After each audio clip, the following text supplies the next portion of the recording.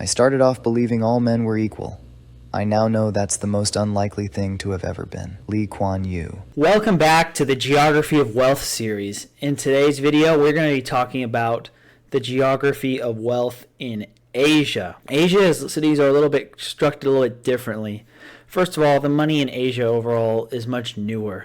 You didn't really see that many fortunes develop in Asia that last till today prior to World War II. I mean, there was old wealth in the imperial days of China and Japan and a lot of these other old empires. They're the oldest continuous civilizations. However, a lot of it was destroyed through civil wars, World War II, cultural revolutions, etc. And so the remaining money today has mostly been newly created after all the turmoil of the 20th century in the continent. As a result, the old money and the new money areas are far closer to core downtowns than in Western cities, particularly American cities.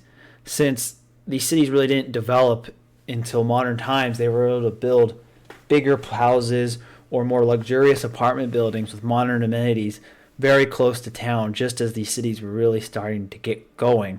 And so instead of the old money being far off in the suburbs, it's often far closer within the city itself. And out in the suburbs, you actually have taller housing projects for the lower classes that live in more dense conditions than people who live far closer to the city. That's something I noticed in my travels in Asia, is often the outskirts could have higher population densities than parts of the city center. And the first one we're going to really start with is Singapore, which is one of the most densely populated cities in the world. It's a small city-state whose island is about the same size as San Diego. And I've spent some time living out in Singapore, so I'm definitely the most familiar with this city of all the Asian ones. The old money is slightly to the north of downtown. Over here is the financial center and district in downtown, and Marina Bay, which is kind of the new development where the Marina Bay Sands is. It's all kind of near the downtown core of Singapore. The old money is like the closest places where you see either single family homes or more residential spacious condos that are close to the heart of downtown. And the old money district starts with Newton area in the east. It goes into the neighborhoods by the Orchard Mall, and a lot of the Orchard is the main shopping district, and a lot of the immediate surrounding area is considered old money in Singapore, and with Tanglin as well. However, the most single prestigious street in Singapore is Nassim Road, where you have a lot of like single family homes that would be common in an Orange County suburb, but in the middle of Singapore. And generally also another fact with Asian cities, you can tell if somebody's very rich in an Asian city, especially in Singapore, is if they live in a single family freehold property. Most people have to live in apartments just due to how much space is a premium in the cities and how densely populated these cities are. And in Singapore particularly, they have rules against foreigners and expatriates from owning property in terms of landed houses, like single-family homes. So you have to be local, first of all. And second, you have to be very wealthy, because even when I lived there in 2012, the average property price for a single-family home in Singapore was over 3 million USD. And now, over 12 years later, I bet it's a lot higher. So that's kind of the low-key status symbol for most of East Asia, is living in a single-family home within a major metropolitan area. Doesn't mean the same if it's out in a small countryside, but that's kind of a little bit of a hint. In terms of new money, it's also fairly close to downtown. You have the shop houses in Tanjong Pagar and the area around, and the condos around there, which are some of the most upscale and fanciest developments in all of Singapore. And then you also have Sentosa Island, which is like one of the main entertainment districts in Singapore, and it also has single-family home neighborhoods. I think they might even have exemptions for foreigners owning in that neighborhood. And it includes Universal Studios Singapore, iFly Singapore, the Tanjong Beach Club, Wave House Sentosa, and a lot of like fun touristy type activities. It's a place I used to go on a lot on the weekends when I lived in Singapore. And also some of the most upscale single family homes are also here in Sentosa.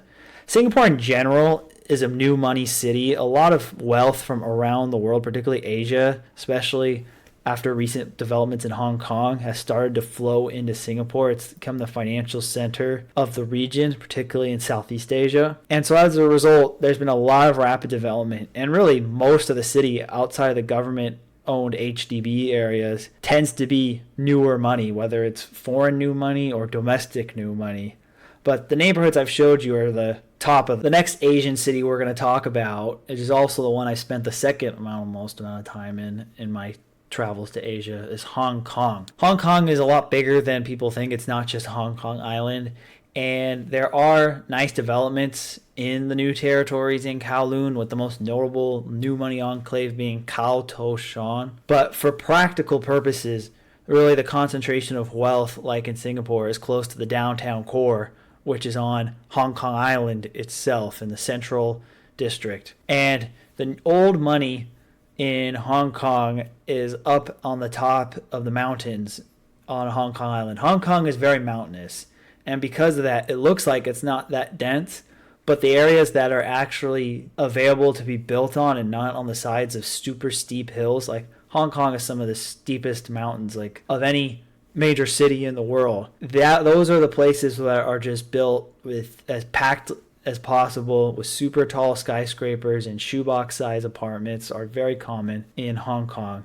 In fact, the neighborhood of Mong Kok in Kowloon is one of the most densely populated places in the world, and it was the single most crowded intersection I've ever had to walk across in my life was there. And Hong Kong Island isn't as crowded as Kowloon, but it's still very dense. And it's also very dense in terms of wealth as much as people. And the places on the tops and the peaks of these mountains are some of the few places on Hong Kong Island that have full-size single-family homes or more spacious condos. And as a result, they happen to be some of the most expensive properties in the world. Like the core of the most old money in Hong Kong is Victoria Peak and the Peak. You take the tram up here from the mid-levels, and it's a really nice walk, particularly along Mount Austin Road. You see like Beverly Hills style houses with yards and space around them, but in the middle of the most dense city of the world. And that juxtaposition is what makes it really so fascinating, and it's why this has some of the most expensive real estate in the world. I think it was the most expensive real estate in the world prior to recent political developments in Hong Kong. Other places that are old money up on the peak is Jardines Lookout and Tai Tom. And if you look at the other main old money place, it's on the other side of Hong Kong Island. It is the area like Deepwater Bay and Repulse Bay, where you can have like a beach and kind of a more like country club suburban vibe, but it's still fairly dense because it's Hong Kong. But you're still like within a short drive away from the hustle and bustle of downtown Hong Kong Island. I remember I went here to the beach the second time I visited Hong Kong, and it just seemed like I was swimming in a place that would be like a Mediterranean beach town, but it happens to be in the middle of the densest city of the world. In terms of the new money in Hong Kong, there are two main spots. First one is Stanley, which is kind of like just a newer version of Repulse Bay. Still very upscale, but Repulse Bay was filled up a long time ago, so the newer money starts to develop around there. And then there is the mid-levels, or also known as Long, which I've often joked because my father's made this observation, and I made this observation when I went there too, is that it's kind of like little America. You know how in most parts of the world there is like a Chinatown? Well, at least as of when I went to Hong Kong in 2012, Long Kong and the mid-levels were kind of like little America. You could find Western restaurants. You go out to certain bars at night, you find more Americans there than native Hong Kongers. And it's also where the expatriate community kind of has coalesced, and also where a lot of international businesses put their headquarters in. It's a very upscale neighborhood, and this place is where the East meets West, and it's one of the trendier new money areas of Hong Kong. Speaking of traveling and the geography of wealth, that reminds me to share with you that the Analyzing Finance with Nick tour is going, and it's continuing strongly throughout the West Coast and Florida. We had our first meetup in Las Vegas, and it was a great time for everybody, and we're going to have more of them. And usually at these meetups, you get to meet the great audience that watches this channel. You hear a presentation from me, and I often bring an interesting guest, whether it's somebody who's appeared as a guest on the channel previously, or an interesting intellectual in the world of finance who I think the audience and attendees would learn a lot from. We're going to have Chris Street come to one of the California meetups, and we're going to have special guests come to some of the other ones. The next locations that we have are San Francisco on January 2nd, Orange County, California, January 5th, Miami in February, and San Diego on January 11th. I hope to see all of you guys there. Next, we're going to talk about Manila in the Philippines. And Manila is the only city in this video that I have never really been to myself. So this is more my research based on just me studying the city and its history independently, as well as discussing it with my friends of Filipino origin who grew up there or spent expensive time living in the Philippines. And really, old and the new money in the Philippines are really in two main areas. There's a lot of money in the Philippines on an absolute basis, but given how densely populated it is and how low relatively the GDP per capita is, the old and new money neighborhoods are fairly small compared to their equivalents in other countries. Also, on top of that, a lot of the old money in the Philippines lives in hacienda-style ranch or agricultural estates out in the countryside, and you won't really find those in the heart of Manila. So that's the other thing that probably skews the results of Manila.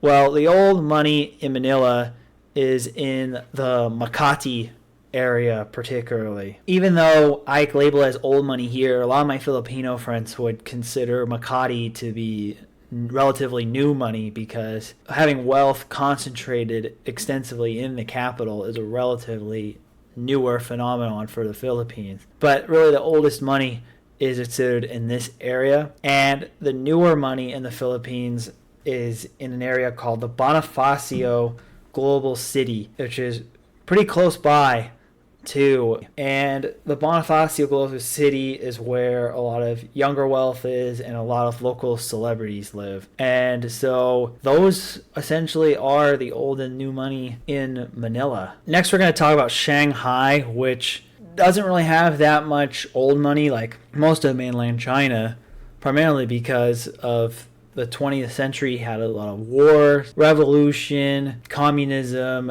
and cultural revolution that kind of shook out the old establishment elites and the old money. And so really the wealth has been built since Deng Xiaoping took over in the late 70s.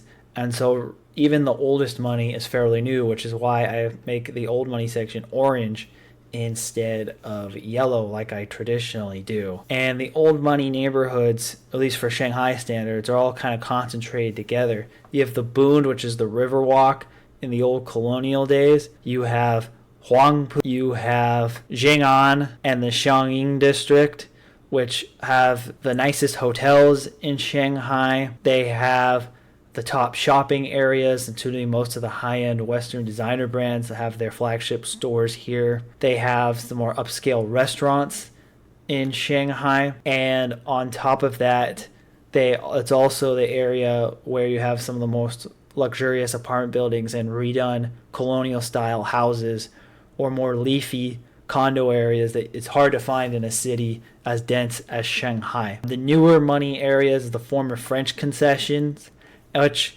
some of it is considered older, some of it's newer. The newer part I put in red here, and that is kind of known for being the hip, newer money area, but it's still pretty close to the downtown core. Some people consider Pudong, which is the financial district area across the river, as also new money, because that's where all the upscale skyscrapers are and where most of the financial firms have their at least Asian headquarters, if not their world headquarters if it's a local Chinese financial company. However, it's It has more of the vibes of like a Canary Wharf or the financial district in New York, where it's more of a place to do business than really a place to live.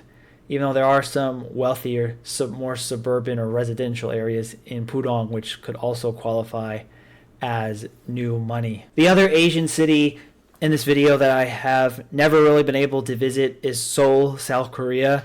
And for those Korean viewers who are watching, if I'm wrong about the exact borders of your higher end neighborhoods, please let me know, because these are kind of just guesses based on my research of Seoul and where the higher priced buildings are located and where the high profile chaebol supposedly live. And when it comes to the old money in Seoul, there's really like two patches. One, there's a neighborhood in downtown called Hanang-dong, which is kind of known as being like the Hollywood or Beverly Hills of Seoul. It's where a lot of K-pop stars live. It's a lot of rich and the famous in South Korea have a reputation of consolidating around here.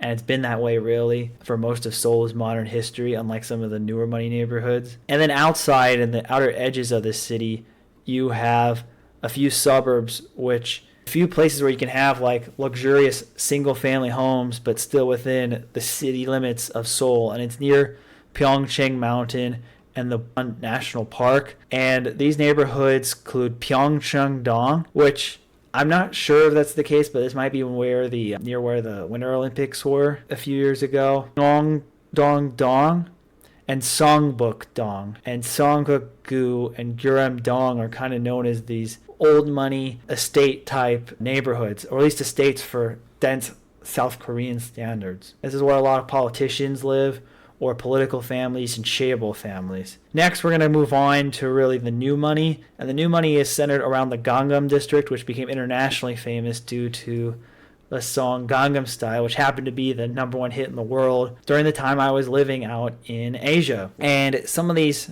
specific neighborhoods within just the broader Gangnam region, which are known for having new money, include Shandong, Gangnam district just overall, the Lodi World Tower, which is in the Jasmildong Entertainment District. This is kind of more just where you have like fun nightlife and restaurants and like theme park type things, attractions, but not as many people. But it happens to just be in between some of the wealthiest neighborhoods in Seoul.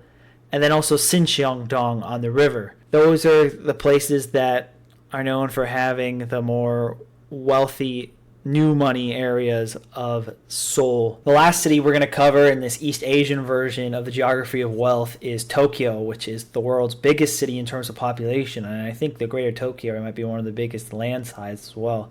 It's got over 40 million people, similar to the population of the entire state of California, concentrated in one metro. And even within that, since Tokyo has very loose YIMBY laws, like you're allowed to basically build wherever you want without much zoning restrictions, and they fairly evenly distributed public housing projects, there really isn't that many pure upscale wealthy concentrations of wealth in the core of Tokyo. And so as a result, the few wealthy neighborhoods that were built and developed before the post-World War II realignment of Japan have kind of concentrated fairly quickly. And as a result, they remain the few really truly older money places in Japan. And the first one is over in Minato City. It is Chu, if I pronounce that, Azabujuban. And this is considered to be one of the most prestigious old money neighborhoods in all of Japan, one of the most wealthy.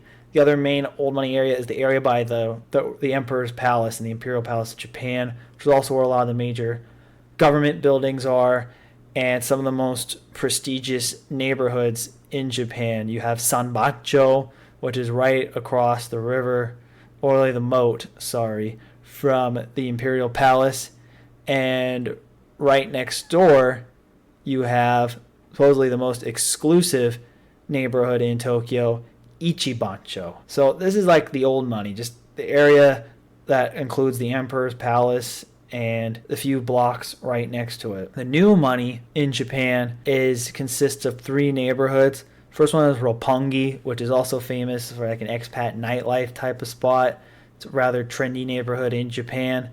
The other ones are to the north on the northeastern side, and the other one is Aoyama. So you got Akasaka and Aoyama as your main two newer money neighborhoods. They have the reputation of being part of the AAA, which is Akasaka, Aoyama, and then Azabaju. They're kind of known three as the AAA in terms of the three fanciest neighborhoods in the core of Tokyo. And in the suburbs, you have, well, not really suburbs, but just a little bit further out of town, you have one neighborhood known as which is popular among expats, and also where you can see a lot more concentration of a few more upscale apartments and residential areas within Greater Tokyo. If you like these geography of wealth and want me to continue, feel free to leave more suggestions in the comments. This has been a fun series to break down as we keep going for these further away and more exotic cities where I've either barely spent time as a tourist or have never been at all.